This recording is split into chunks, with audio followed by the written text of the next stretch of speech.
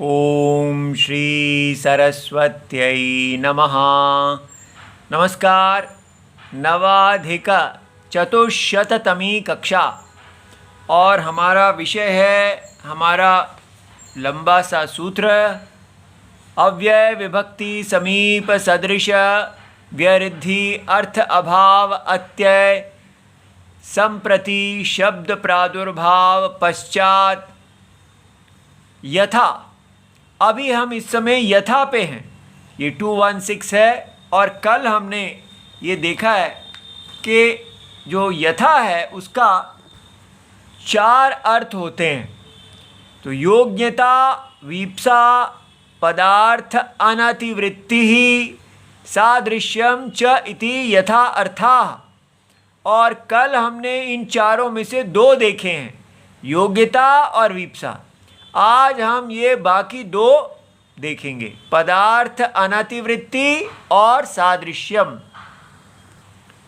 तो पदार्थ अनतिवृत्तौ, पदार्थ अनतिवृत्ति में यथाशक्ति हमारा उदाहरणम है, ऐसा काशिकाकार देते हैं।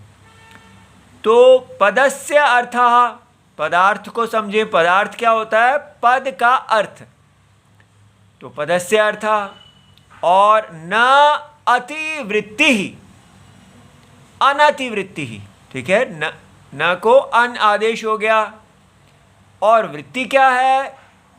वृत्त धातु में क्तिन प्रत्यय, स्त्री प्रत्यय, माने अस्तित्व, विशेष स्थिति।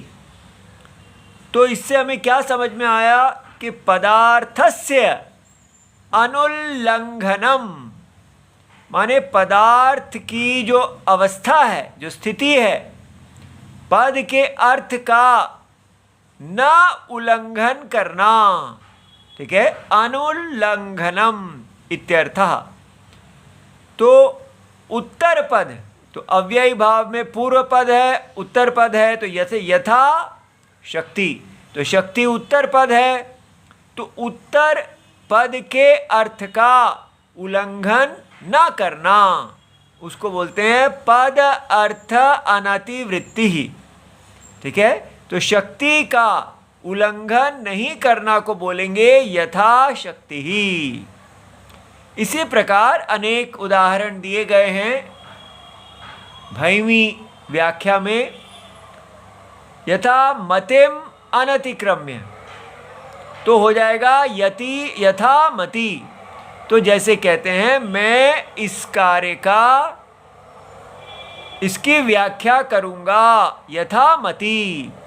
तो जितनी मेरी मति की सीमा है उसके अनुसार इस कार्य को मैं इसका व्याख्या करूंगा, ऐसे। बुद्धिम अनतिक्रम्य, माने यथा बुद्धि, अपनी बुद्धि के की सीमा में मैं इस कार्य को कर रहा हूं। कुलम अनतिक्रम्य यथा कुलम, तो आपने जो कार्य किया है वो आपके कुल की मर्यादा, कुल की सीमा के अंदर रहते हुए ही किया है। अपने कुल के, जो कुल का जो भी धर्म है उसके आप बाहर नहीं गए हैं।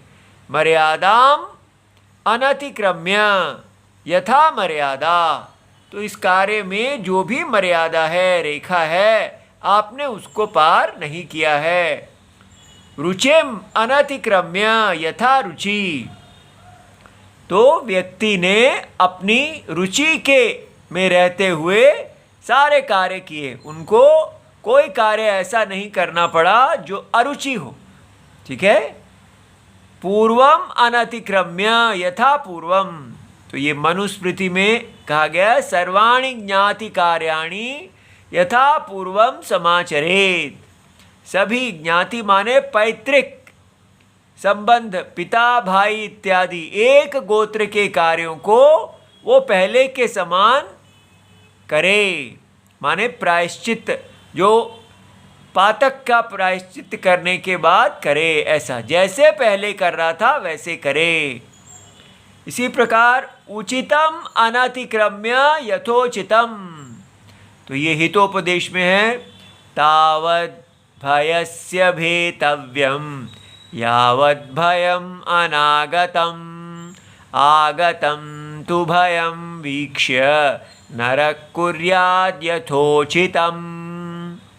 ये कितना सुंदर है कि भय के आने से पहले तब तक तो भय करना चाहिए। तो भय आ रहा है भाई, तो उसके लिए तैयार हो जाओ। तो जब तक भय नहीं आया तब तक आप उसके लिए भय करो, ताकि आप वो भय आपके लिए अच्छा होगा। लेकिन जब भय आ गया है, आगतम तु भयम वीक्ष्य, ये देखा कि भय तो सामने आ गया है, तो नरहा कुर्यात् यथा उचितम, जो उचित कार्य है फिर बिना भय के उसको करना चाहिए। फिर ये रघुवंश में दिया गया, यथा विधि हुताग्नि नाम यथा कामार्चित अर्थी नाम यथा अपराध दंडा नाम यथा काल प्रबोधी नाम रघु नाम अन्वयम वक्षे। तो अर्थात विधिम अनतिक्रम्य यथा विधि, जैसी विधि विधान है उसी के अनुसार, तथा हुत शब्देन सुप सुपा इति समासः। अब यहाँ यथा विधि तो अव्ययी भाव समास है, तो यथा विधि का हुत अग्नि के साथ समास हुआ है। तो ये कैसे हुआ है?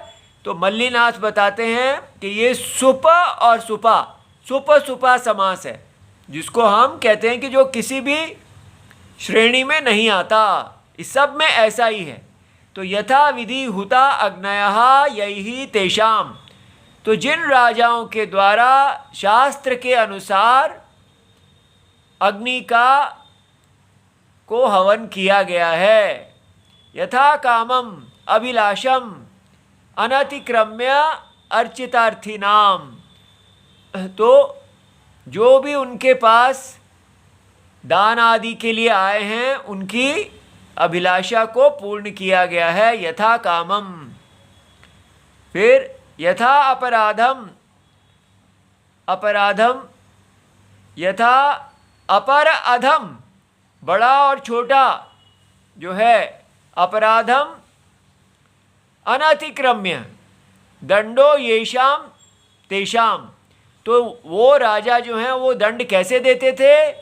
बड़ा और छोटा ना देखते हुए, इसीलिए कहा यथा अपराधम, कि अपराध के अनुसार दंड देते थे, उसका अतिक्रमण नहीं करते थे। यथा कालम, कालम अनतिक्रम्य प्रबोधी नाम प्रबोधनशीला, तो जैसा काल का अतिक्रमण ना करते हुए जो जागते थे ऐसे। तो मल्लीनाथ बताते हैं कि ये पहला, ये चारों के चारों है, ये क्या है? देवता यजन। तो यथा विधि जो है देवता यजन के बारे में है, और दूसरा जो है यथा कामम वो है अतिथि सत्कार, और तीसरा जो है अपराध का वो है दंड धारणम, और चौथा जो है वो प्रजा पालन समय जागरूकत्व आदिनी, कि यथा कालम प्रबोधि नाम माने जब प्रजा का पालन का समय है वो सो रहे हैं, ऐसा नहीं है। ये चार बातें बताने के लिए रघुवंश की राजाओं के लक्षण दिए गए हैं। तो उसके बाद अब हम ये चौथा यथा का अर्थ करते हैं सादृश्य। सादृश्य का अर्थ है समानता, तुल्यता अर्थ में। तो हरे हे सादृश्यम स हरि, तो ऐसा नहीं है हम इसको यथा हरि का तो कोई उदाहरण नहीं दिख रहा है, सब में स दिख रहा है, माने यथि हरि के समान। इसी प्रकार वीणावत स वीणम ध्वनति, वो वीणा के समान ही ध्वनि करता है। इसी प्रकार स हंसम गच्छति, हंस के समान चलता है। तो ये दोनों जो हैं सादृश्य अर्थ में यथा के अर्थ हैं। अब कल हम इन चारों के समासों की व्युत्पत्ति करेंगे सूत्रों के साथ। इति सर्वम शिवम प्रणाम।